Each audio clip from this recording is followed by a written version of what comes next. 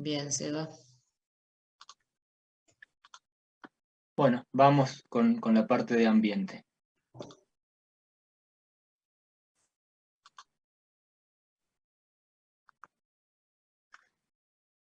Bueno, chicos, la parte del medio ambiente en obras civiles. A ver, muchas veces cuando elegimos la carrera, todos los que estamos acá presentes, nos enfocamos en la parte de obras, nos enfocamos mucho más, o en la parte comercial, si se quiere, y dejamos de lado la parte de ambiente, pero realmente es importante y se van a dar cuenta que somos unos actores principales en el tema de ambiente. Ya van a ver porque cuando empecemos a ver números, van a ver que realmente es muy importante tener conciencia del impacto que tienen nuestras obras. Empezamos. ¿Ustedes están viendo la primera página? A ver. Sí, Ahí Sí, está. profe. ahí Ahí está. paso a la siguiente.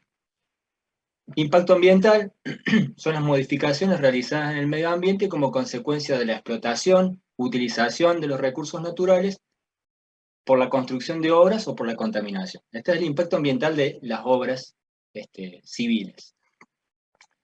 El impacto de una construcción puede ser tanto positivo como negativo, ¿sí? Una obra, una ruta, puede tener impactos negativos en el sentido de que altera la fauna y la flora, e impactos positivos porque permite comunicar a comunidades, porque permite el movimiento comercial y demás. Es decir, los impactos hay que evaluarlos en su verdadero valor, tanto positivo como negativo.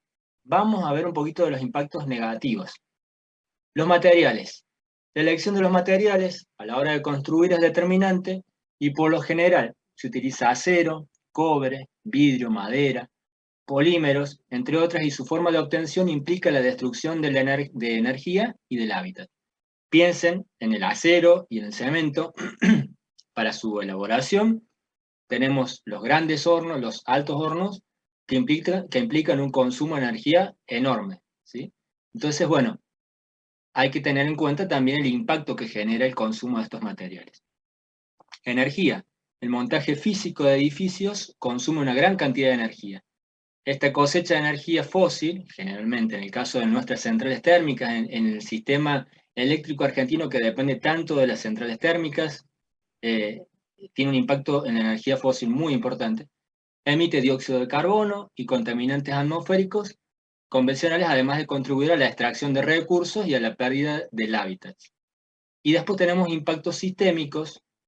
La construcción de edificios contribuye al funcionamiento continuo de los sistemas que causan daños ambientales. ¿Por qué?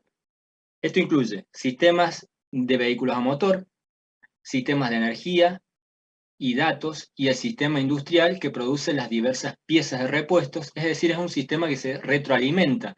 A medida que vamos construyendo, vamos demandando nuevas obras y mayor consumo de energía y de recursos.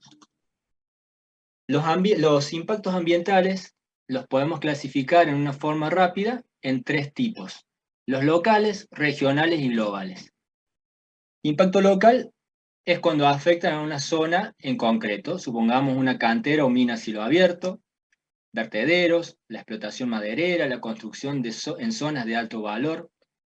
Si bien esto es relativo, porque, a ver, una cantera, depende de su magnitud, puede impactar sobre el recurso de agua, o la explotación maderera, si bien podemos hablar de casos puntuales donde se elimina un bosquecillo para hacer una obra, tenemos cuando ya los volúmenes de explotación son grandes, como en la Amazonia, y nos termina afectando en la, en la producción de oxígeno por parte de los árboles, transformando el dióxido de carbono en oxígeno. Entonces, impactos locales hablamos puntualmente cuando su efecto es en una zona en concreto. Impactos regionales afectan a regiones y amplias del territorio, contaminación de ríos, humo de centrales térmicas, construcción de carreteras y autopistas, construcción de vías del tren. Y finalmente tenemos los impactos globales que afectan a todo el planeta, por tanto son un problema para toda la humanidad, como el aumento del efecto invernadero y cambio climático generado por las emisiones de dióxido de carbono y otros gases, la lluvia ácida generada por la emisión de óxido de azufre y nitrógeno, la pérdida de biodiversidad, lo que hablamos por ahí, el exceso de tala en algunas regiones genera no solo la pérdida de esas especies, sino que los animales se ven forzados a migrar, y muchas veces no se adaptan. Y además los riesgos nucleares. La energía nuclear es una energía realmente muy confiable, es económica, realmente debería tener una buena valoración positiva, pero ¿qué sucede? Cuando tenemos accidentes, son eventos puntuales, pero que realmente impactan demasiado. Recordemos lo que pasó en Fukushima, en Japón, con el terremoto hace un par de años, hace unos 10 años, lo que pasó en Chernóbil, o lo que pasó en Long Island en Estados Unidos, fueron accidentes muy puntuales, pero el impacto que generaron fue demasiado importante como para ser no tenidos en cuenta. Bien, vamos al impacto de la ingeniería civil y la construcción. No solo presenta riesgos a la salud en el trabajo en sí, lo que lo vamos a ver en las clases siguientes en la parte de higiene y seguridad, sino que las grandes obras de ingeniería, ya una vez terminadas, y en la fase constructiva también generan impactos. Las grandes obras de ingeniería causan impactos a través de agotamiento de recursos, contaminación biológica, contaminación química, perturbación del medio físico, deterioro social. Y como para que tengamos una idea de magnitud, es importante recordar que mundialmente, ¿sí?, de acuerdo a estudios que se han realizado, los edificios representan el 17% del consumo de agua fresca, el 25% del uso de madera, el 33% de las emisiones de dióxido de carbono y el 40% de uso de energías y materiales. Por eso les digo que tenemos que tener una actitud responsable como ingenieros que somos, porque podemos ver que nuestra industria tiene un impacto muy alto sobre el ambiente. De acuerdo al Tratado de Kioto del 98, ratificado en Copenhague en 2010, el 40% de todos los desechos que se producen en el mundo provienen de la construcción. Bien, si nos enfocamos un poquito más en las que son las tareas de nuestros trabajos prácticos, por ejemplo, tendríamos que la limpieza del terreno, en el caso que tengamos desmonte, genera destrucción de hábitat, alteración del drenaje natural, reducción de especies. Si tuviéramos explotación de bancos de arena, supongamos, tendríamos destrucción del hábitat, incremento de erosión, la expropiación de terrenos. Esto tiene un efecto social, el descontento social, reacomodo de población, genera cambios en el estilo de vida, los dragados de ríos y lagos, genera alteración de la fauna y alteraciones en la calidad del agua. Los caminos de acceso y vías férreas generan alteraciones al drenaje, tienen un impacto positivo que es la creación de empleos, pero a su vez generan destrucción de vegetación y asentamientos irregulares de la gente que va a estar trabajando en esas obras. Si nos enfocamos en los materiales de construcción, tenemos varias etapas. La más impactante es la fase de extracción, en la que generamos un impacto realmente importante en la zona de la cantera, supongamos que tengamos esta explotación de arenas, porque modificamos la escorrentía, modificamos las condiciones del agua superficial y subterránea, generamos que esa zona no crezca fácilmente la vegetación, es decir, cambiamos totalmente el tipo de vegetación que va a poder tener, porque seguramente quedará una tierra pobre en comparación con el humus que originalmente cubría toda esa zona, por eso es un impacto muy importante. La segunda fase, la fase de producción o fabricación, yo les ponía el ejemplo del acero y el cemento. Acá probablemente sea un horno de cemento, como los que tenemos acá en Malagueño. Bueno, los materiales de construcción representan igualmente otra etapa de su ciclo de vida con abundantes repercusiones medioambientales, vinculadas principalmente al gran empleo de materiales polvorientos y al gran consumo de energía necesarios para su producción, ¿sí?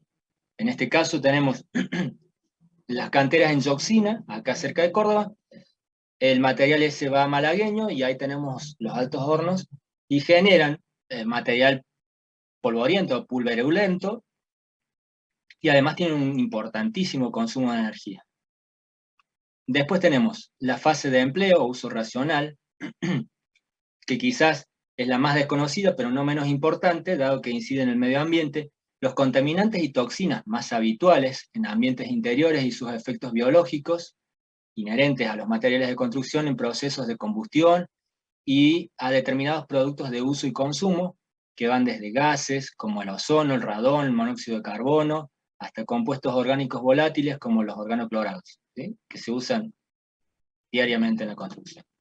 Y por último tenemos la fase final del ciclo de vida, en la que los materiales de construcción coinciden con su tratamiento como residuo.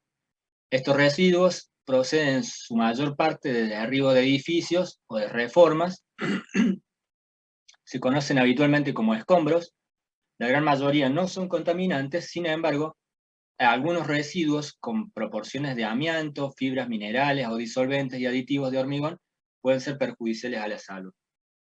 La mayor parte de estos residuos se trasladan a vertederos, que si bien en principio no contaminan, sí producen un impacto visual y paisajístico, amén del despilfarro de materia prima que impide su reciclado, ¿sí?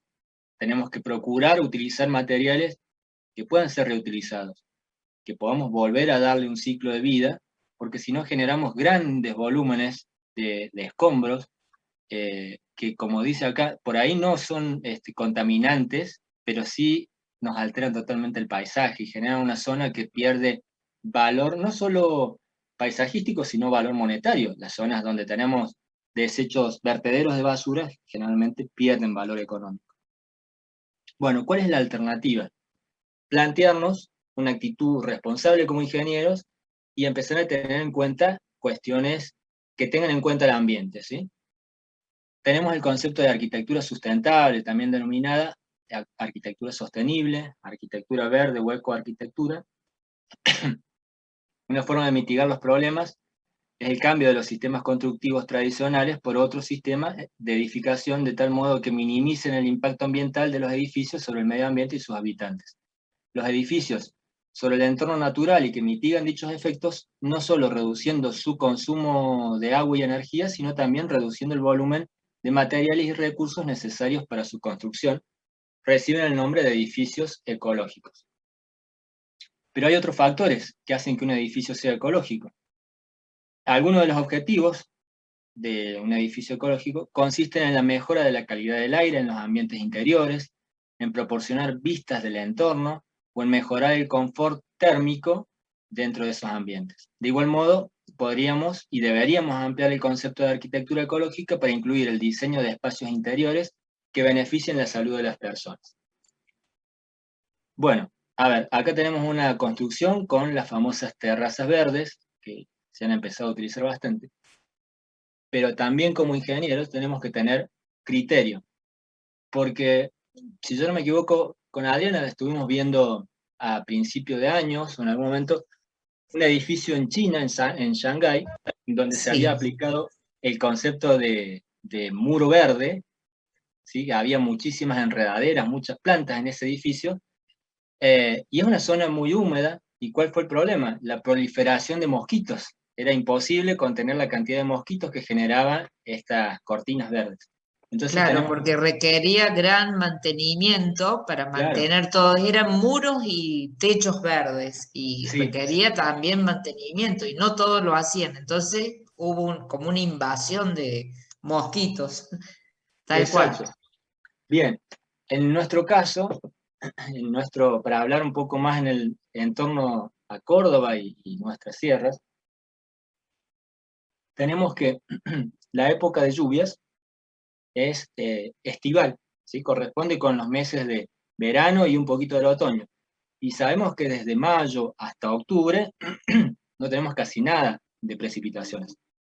Entonces, si hacemos una construcción en un parque, no tendría mucha conciencia ecológica que querramos replicar un jardín japonés o uno de esos parques ingleses o franceses que tienen muchas plantas, porque demandarían muchísima agua. Y en las épocas estas secas, de abril hasta octubre, sería perjudicial. Estaríamos quitando un recurso que es vital para Córdoba, como es el agua, y en gran parte del país. O sea, el país tiene solo una franja que es húmeda, que corresponde con el litoral y sus provincias aledañas, y el resto del país realmente es seco. Entonces, bueno, también tenemos que tener criterio como profesionales, que no es solamente meter verde por todos lados, sino pensar en el consumo y en el mantenimiento que va a demandar esa construcción. Bien, edificios ecológicos.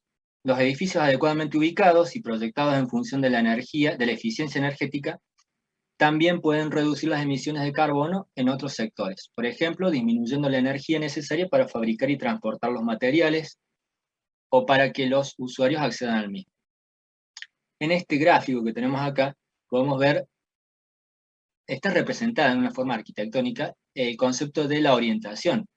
Es evidente que la orientación que le damos a una construcción es muy importante para ahorrarnos energía. Si ponemos un gran ventanal hacia el sur, en la época de invierno, nos va a demandar un consumo de energía demasiado elevado.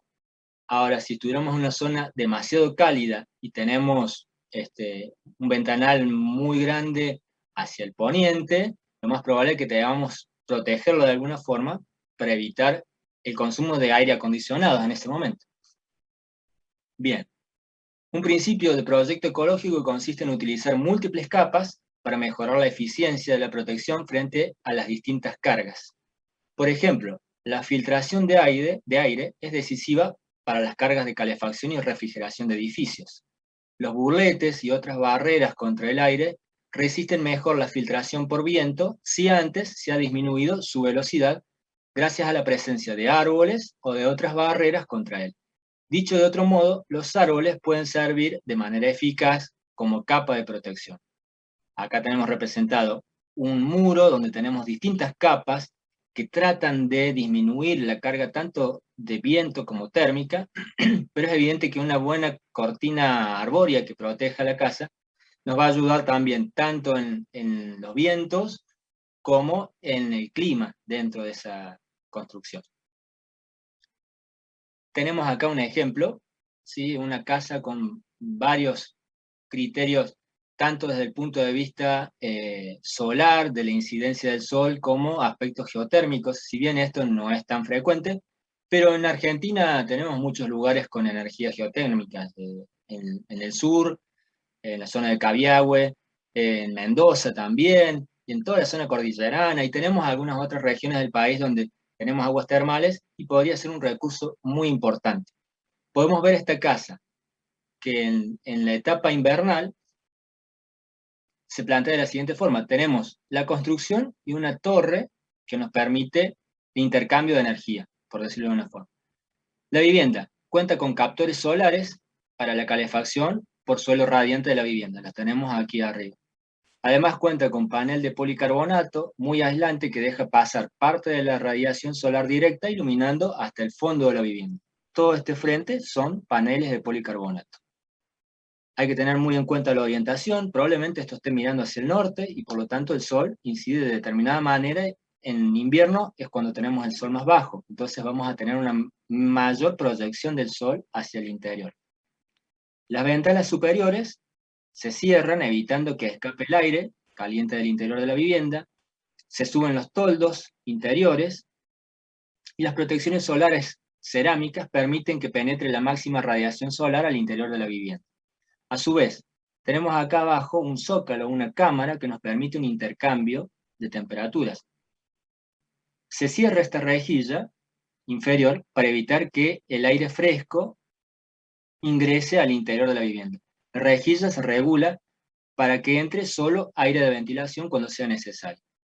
El calor que se acumula en los forjados y en los muros de las cargas de alta inercia térmica mantiene caliente la vivienda durante el día y durante la noche en apenas consumo energético. Tenemos esta rejilla que da al exterior, que se cierra la compuerta exterior evitando que entre aire al interior de la vivienda, aire fresco en las condiciones de invierno. Esto lo tendríamos al revés para verano, que nos permite una ventilación a partir de esta comunicación entre rejillas. Y a su vez acá tenemos los intercambiadores de calor, que es un sistema geotérmico, que permiten calentar esta cámara. De esa forma tenemos aire caliente que ingresa a través de estas rejillas. Tenemos, en invierno se desplaza el panel de vidrio del techo, que está ubicado acá, evitando el escape de aire caliente hacia la torre central. el vidrio permite el paso de iluminación solar directa, ¿sí? Podemos tener iluminación sin que el calor, que por cuestiones físicas tiende a ascender, se nos escape hacia arriba. Y así podemos trabajar tranquilamente, modificando las condiciones de la vivienda de acuerdo a la época del año en que nos encontremos. Bueno, antes de continuar, es muy importante tener en cuenta los materiales con los que vamos a trabajar. Y no solo en lo que está expresado acá, que son por ahí cuestiones más climáticas, sino tener en cuenta, por ejemplo, actualmente se usa mucho el material de yeso, es decir, la construcción seca, que si bien es rápida, genera poco residuo, no tenemos agua para elaborar esas construcciones.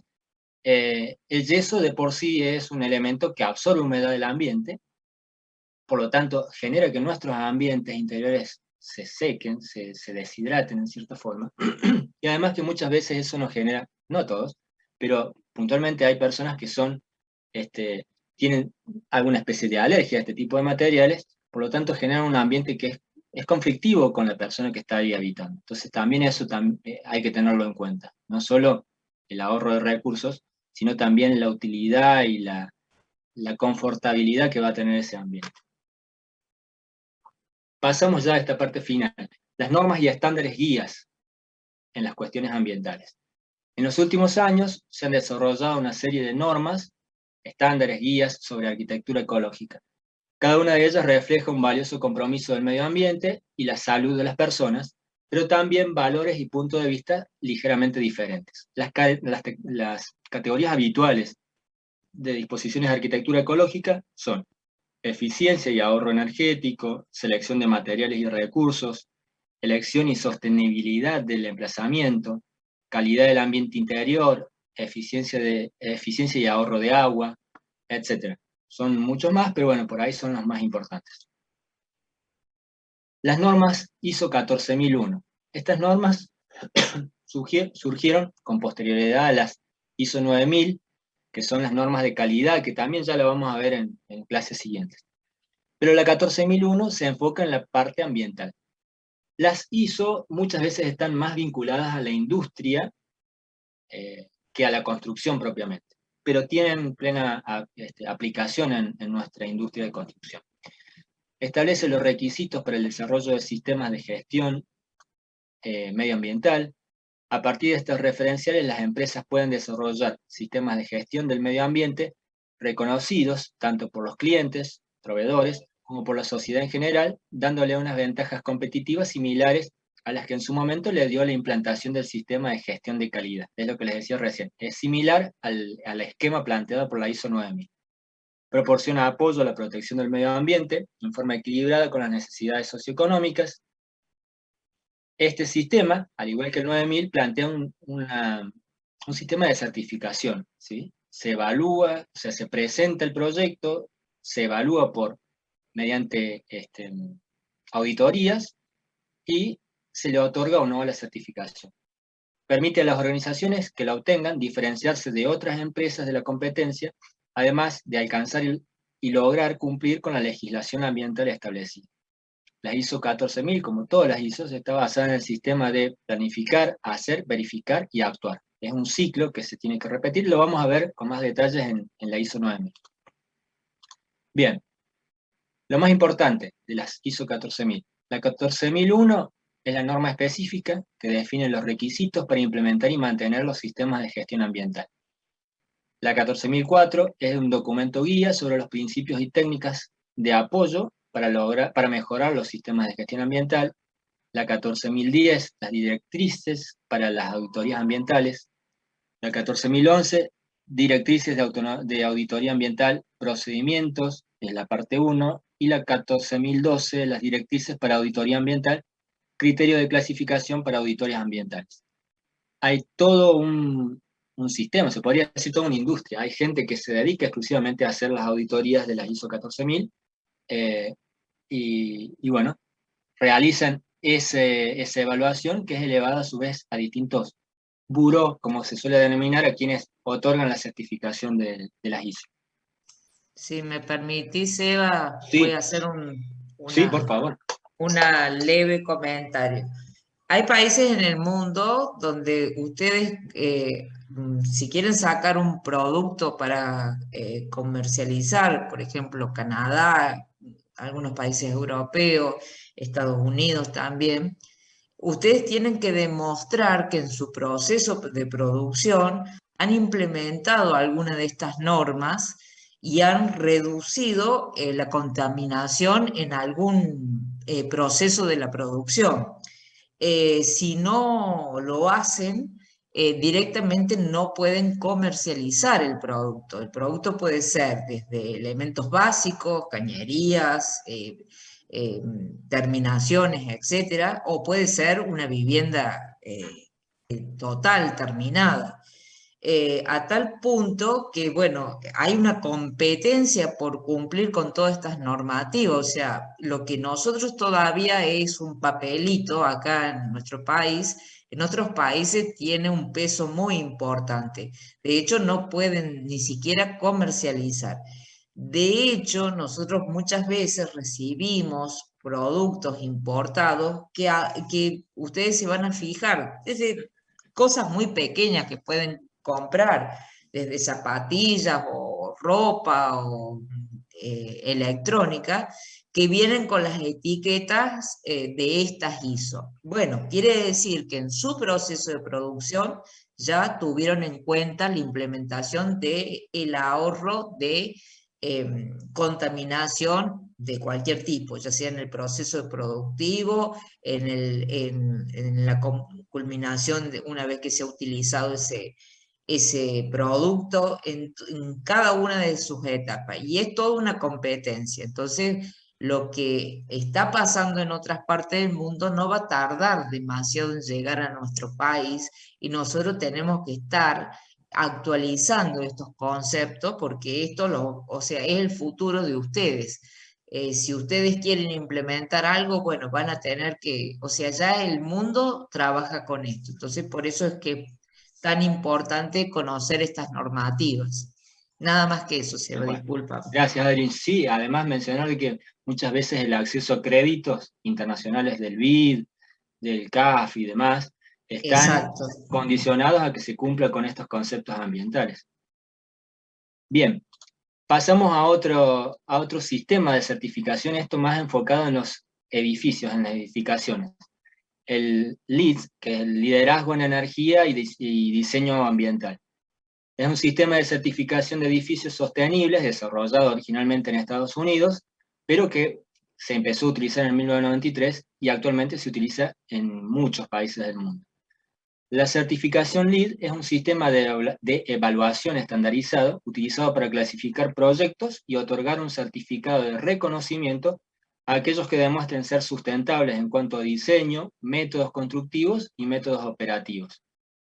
Dentro de este sistema LEED existen varios sistemas de clasificación divididos para obras, nuevas construcciones, edificios existentes, casas, interiores comerciales, escuelas, hospitales y urbanizaciones. Para obtener la certificación, el proyecto deberá satisfacer todos los prerequisitos y un número mínimo de puntos o créditos para lograr los distintos niveles de certificación. La solicitud que la realiza el proyectista o el dueño del proyecto requerirá la recopilación, hacer una recopilación y detallar informaciones de las distintas etapas de diseño y construcción, incluyendo el registro de operación inicial del edificio. Cada crédito buscado requiere que se completen formularios para evidenciar que el proyecto cumple con todos sus requisitos. Además, deberán entregarse memorias descriptivas del proyecto, planos, fotografías e informaciones generales sobre el proyecto. Para obtener esos créditos o esos puntos, se otorgan de acuerdo a los siguientes conceptos. La ubicación y transporte nos otorga un máximo de 16 puntos. Sitios sostenibles 10, y así. Podemos ver que energías y atmósfera, el impacto sobre estos elementos, es el que tiene mayor valoración, 35 puntos. Todo esto suma 100 puntos.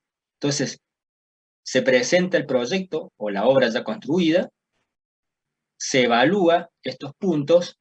También viene un paracreditador, viene gente que se encarga de, en terreno, verificar el cumplimiento de todo lo que habían proyectado en los planos, en las fotografías y en la información del proyecto, emite una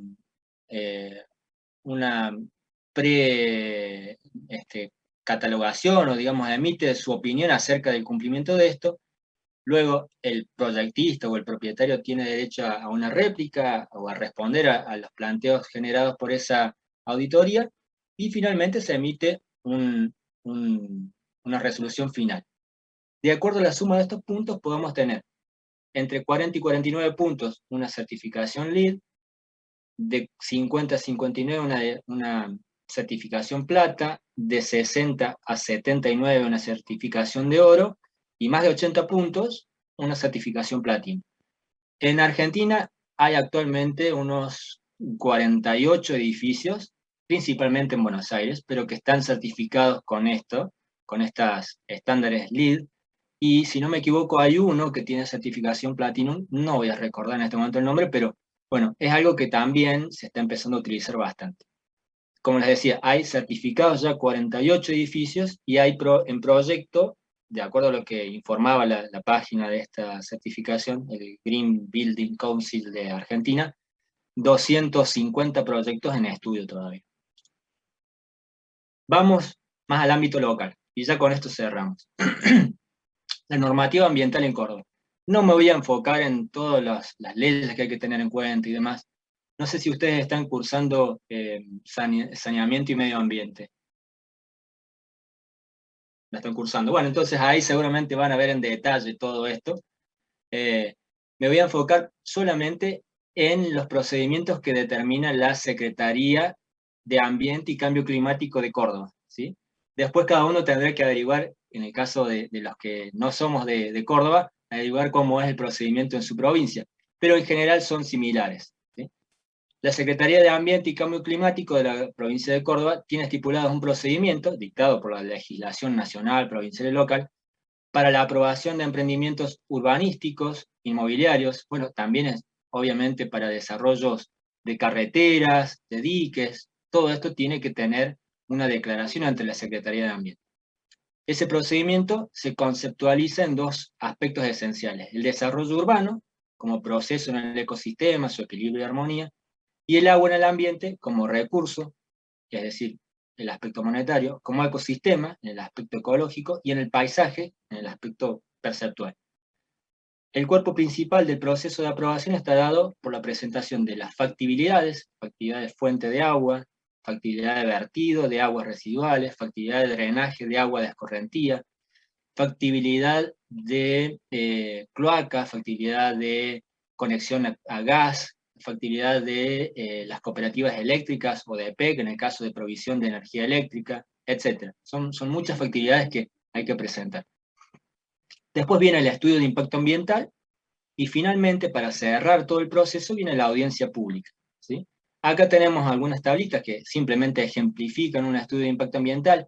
Generalmente, cuando hacemos el análisis, diferenciamos dos etapas: la etapa de construcción y la etapa de funcionamiento. En la etapa de construcción, los impactos suelen ser negativos sobre el ambiente, pero positivos sobre el aspecto social, por la generación de trabajo, por el movimiento económico de la zona donde vamos a trabajar y demás.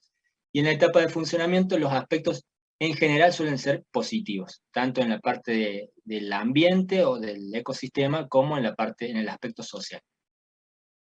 Bien, todos los proyectos urbanísticos, y como les decía, carreteras, diques y demás, deben ser declarados ante la Secretaría. El proponente designa un consultor ambiental, que es muchas veces donde también podemos intervenir. Nosotros no solo somos proyectistas como ingenieros civiles, sino que por nuestro título nos habilita a desempeñarnos en la parte ambiental. Y por lo tanto, el Colegio de Ingenieros Civiles nos habilita a ser consultor ambiental. Simplemente es presentarse ante la Secretaría de Ambiente, demostrando que el colegio te brinda ese reconocimiento, que estás habilitado para hacer consultoría ambiental, y obviamente pagas una tasa y ya pasas a ser consultor ambiental. Por lo tanto puedes estar en las dos etapas: en la etapa de proyección del edificio y después en la posterior aprobación dentro del sistema de la Secretaría de Ambiente. Bueno, el consultor ambiental será quien realice el estudio de impacto y represente al proponente, al dueño, en todo el proceso de evaluación. Una vez presentado el proyecto, se genera un expediente con toda la información, las factibilidades, el estudio de impacto, toda la información. Esa información o ese expediente irá recorriendo las diversas áreas de gobierno que deban emitir opinión al respecto. Generalmente son el área legal, bosques, recursos hídricos, catastro, patrimonio y cultura, ambiente, audiencias públicas. Es un proceso largo, ¿no? Entre otros. Y finalmente, una vez que termina todo ese círculo de áreas del gobierno, es la Comisión Técnica Interdisciplinaria, o CTI, el órgano encargado de la evaluación de los proyectos y emite un dictamen técnico recomendando o no su autorización. Previamente, dependiendo el tamaño del proyecto, tuvimos que hacer una audiencia pública. Bueno, son conocidas las audiencias públicas, muchas veces se han desarrollado audiencias grandes en la facu nuestra, en el auditorio, y es interesante ver cómo plantea el consultor y el proponente, plantean su obra, y cómo los distintos actores que puedan verse afectados tienen la posibilidad de emitir su opinión. Si bien no es vinculante, es decir, la audiencia pública no determina que se apruebe o no un proyecto, sí muchas veces nos hace recapacitar sobre algunos conceptos que no se tuvieron en cuenta y que se pueden solucionar. Ha habido audiencias públicas, por ejemplo, para el puente de la Sota sobre el dique San Roque, se hizo en la facu nuestra, y la continuidad de esa ruta por Punilla también se realizó en la facu nuestra. Son obras muy impactantes. Hay una cuestión que sí requiere solución. El tránsito por la zona de Punilla en épocas de verano es muy sobrecargado, es realmente imposible y requiere alguna solución. Pero hay que tener en cuenta los aspectos ambientales de forma tal de disminuir el impacto de esas obras. Bueno, con esto ya finalizamos la parte de ambiente. Hemos abarcado, creo que todo, o sea, por ahí siempre nos quedan cosas como, por ejemplo, la posibilidad de la generación distribuida de energía, porque actualmente la legislación nos permite poner paneles solares e inyectar esa energía en la red, y de esa forma obtenemos créditos que podemos utilizar para pagar la energía eléctrica y muchas otras cosas más. Pero bueno, por lo menos tenemos un pantallazo. Seguramente el saneamiento y medio ambiente amplificarán un poco más toda esa información. Listo, Adri. Muchas gracias, Sebastián. Muy linda, muy interesante tu clase. Gracias. Bueno, no sé si tienen alguna consulta con respecto a este tema, algo que quieran preguntar. No, profe, puede ser que esa certificación LEED la vimos en prefabricación en una parte, creo que el sistema CASA. Ah, Exactamente, bien. exactamente. Sí, sí, sí, Perfecto, no sí, sabía. sí, sí. Bien. Forma parte, bueno, de ese tipo de construcción. O sea, es Sí, un aval que tiene. El tema de las certificaciones cada vez tiene mayor relevancia. Entonces, posiblemente al estar todo el mundo integrado en cuanto a los objetivos que se persigue dentro del ámbito de la industria de la construcción y de la ingeniería en general, ustedes se vean ya obligados a trabajar con todas estas reglamentaciones, como en algún momento nosotros los vimos obligados a cambiar, o sea, la generación anterior a la mía, a cambiar todo lo que era por las normativas de el CIRSOC para lo que es la construcción de edificios. Bueno, esto es lo que se viene, es lo que ustedes van a tener que empaparse en su momento, y como bien decía recién Sebastián, todo lo que es el procedimiento de habilitación, que no es fácil, sobre todo cada día es donde más trabas tienen a la hora de ustedes poder presentar un proyecto, y van a tener distintas auditorías y pasar distintas etapas para poder llevarlo a cabo, y bueno, justamente es lo que se viene. Y yo creo que es muy importante porque, bueno, ustedes es la generación que tiene que hacerse cargo de una situación que no se tuvo en cuenta anteriormente, lamentablemente, y bueno, estamos como estamos a nivel planetario con el impacto ambiental debido a toda esta falencia. Así que bueno, nada. excelente. ¿Alguna pregunta? chicos. No, profe. No, profe, se intentó. Perfecto, entonces vamos a ir cerrando. La clase que viene vamos a hacer, si te parece, Seba, después lo hablamos en todo caso, un pequeño ejercicio de Bien. programación que ha quedado pendiente hoy porque queríamos dar esto y después vamos a seguir con la parte, no recuerdo en este momento si es de calidad o de higiene y seguridad, no importa el orden, lo importante es que vean todos los temas. Sí. Así que bueno, si no hay consultas, los estamos viendo la próxima clase. Perfecto, profe, gracias. Gracias, Adiós. profe. Nos Hasta Hasta luego. luego. Buenas noches, profe.